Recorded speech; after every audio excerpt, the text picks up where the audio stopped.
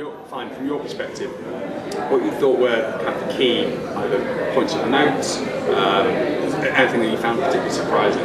Right. I think there were two key themes that jumped out at me, which we're also seeing in our own research. The first is the sort of consumer spending trends, which are very much in line with what we're seeing with people looking for more escapism or almost retrenching, nesting in the home.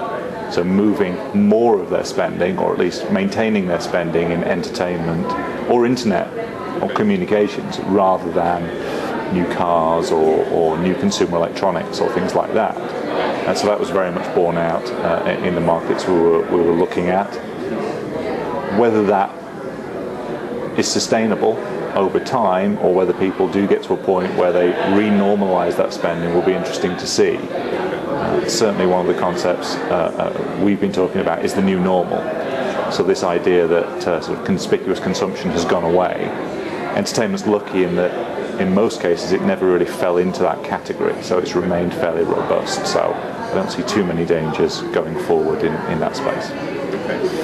The other area was that sort of where people look for entertainment, and the fact that the internet is cropping up as a sort of an entertainment source in itself is fascinating, I think. And today that's still largely confined to a PC. So it's communications, it's some of the social media stuff, and some media streaming, but it's by no means, it's not movies generally. It's not necessarily full TV episodes. It's not many of those other content areas. But what happens when the internet is on other devices and you can get full movies and full TV to those devices? That's when I think, to be honest, that the sort of brand trust becomes all the more important, because you're able to do these things wherever you want, whenever you want, but there still has to be some sort of grounding brand underneath that, so you know you're going to get a quality of experience. The UK is in a unique position in terms of the number of very strong entertainment brands it has. They're all homegrown. Whether you look at Sky, which is sort of UK homegrown, the BBC, ITV, Channel 4, they're all very much sort of British institutions. I think there are obviously more of those firms in the US, but they're more diffuse.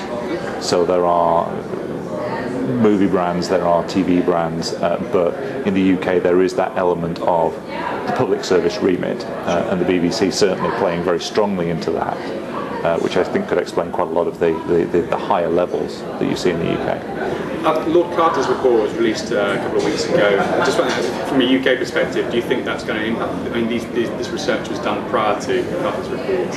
Obviously, we're yet to feel any effects. Do you think that 12 months down the line we're going to see any difference, or are we going to see any impact on the state of trust and entertainment from? It's a tricky one.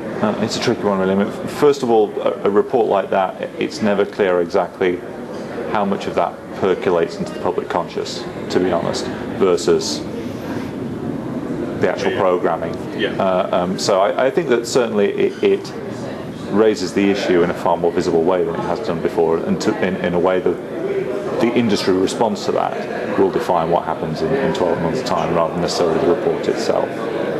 We've seen from research that piracy in the UK seems to have plateaued somewhat. Do you think that's something that was obviously going to happen? Is that always been on the cards, or is that following trends that you found in your own research?